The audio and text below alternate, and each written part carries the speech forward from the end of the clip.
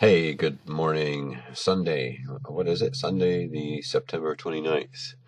And it's a fine day outside so far. And normally I do these on Saturdays, but due to some interruptions, that wasn't going to happen. So here we are, and it's a nice day. And what's on the docket? Bankers start to recognize Bitcoin's role in the financial evolution. Really? Just starting to do that now? Digitization, disruption, blockchains, and frictionless payments. It's amazing how prominent figures from the financial elite can provide a pretty detailed description of a centralized money without uttering Bitcoin or crypto.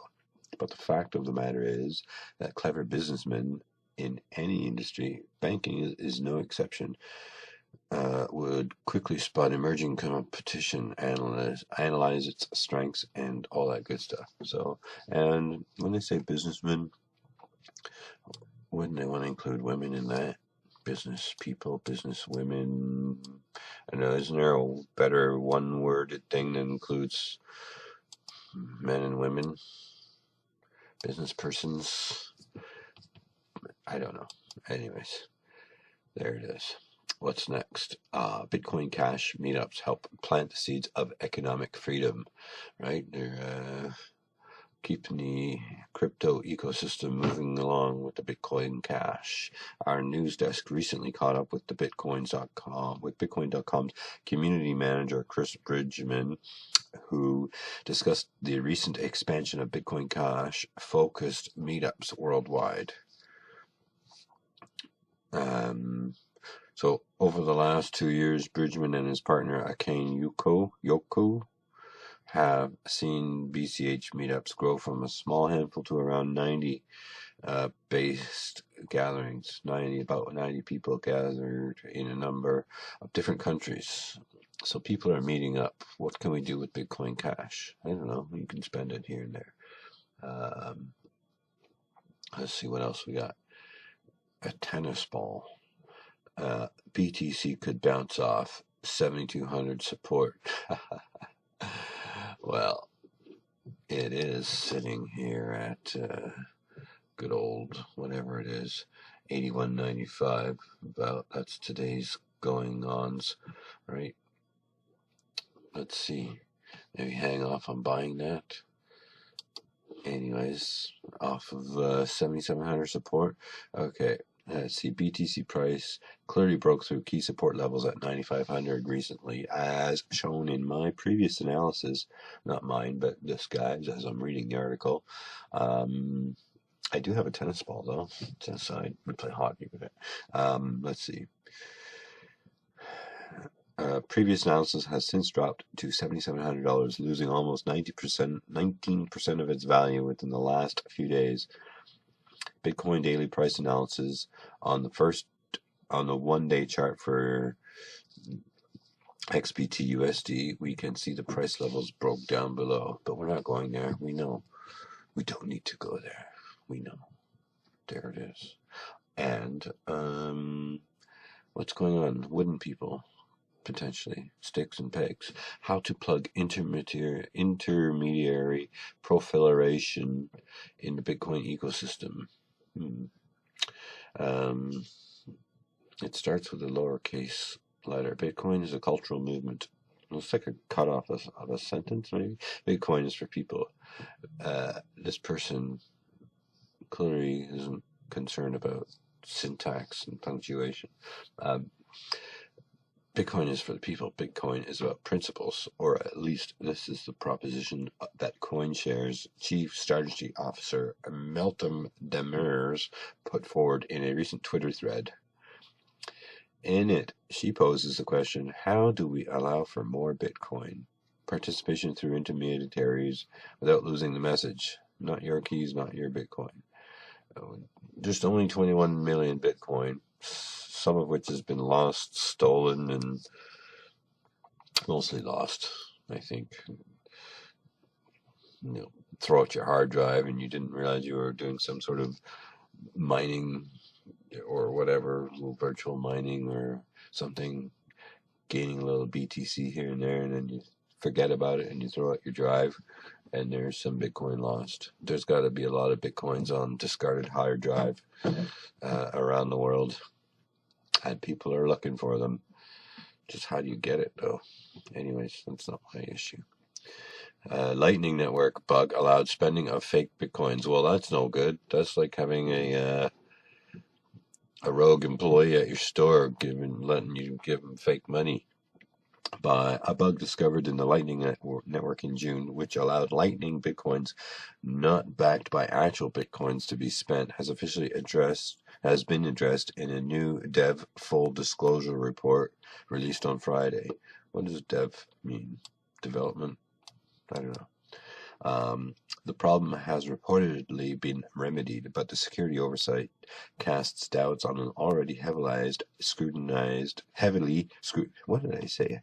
I'm going to listen to that one on the playback. Heavily scrutinized protocol. Yeah. Well, they've had some issues. It's an overlay app that goes on top of Bitcoin to help speed up the transaction process, but it seems to have faltered in some way with some loopholes. Somebody made off with some cash, some Bitcoin. Okay, Zinfin, Blacktier Solutions, and Blockchain at Michigan announced joint partnership. This guy, and this guy, Zinfin, Blacktier, and MIT, or University of Michigan at least. Blacktier Solutions announced a partnership with Blockchain at Michigan. Blacktier Solutions will be responsible for assisting the University of Michigan Blockchain Group to develop a tokenized student rewards program and a tokenized gaming platform using Zinfin hybrid technology. Interesting. The University of Michigan produces some of the most talented developers in the country. Yeah, MIT is pretty popular, isn't it? I'd like to go to Berkeley School of Music, personally. That'd be cool. Let's see. Block V NFT technology powers augmented reality telecoms giveaway for millions of people in London. Oh, they're going to do an airdrop or something. Press release powered by a blockchain startup, BlockV's NFT technology Vatums. Vodafone is dropping thousands of tech prizes all over London in an augmented reality giveaway this week, including the new iPhone 11, which has 3 lenses on it. I mean, how good can a picture get before you turn it into a video or something? I don't understand. Is it 3-dimensional pictures? I have no idea. This is going to happen September 28th, tomorrow, Monday. Zug, Switzerland, Vodafone, hashtag Find Unlimited.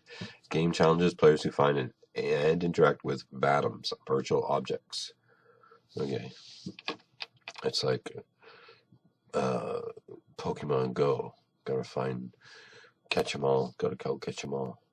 Okay. Let's see what's next. SEC Commissioner speaks positively about digital assets despite recent enforcement flurry.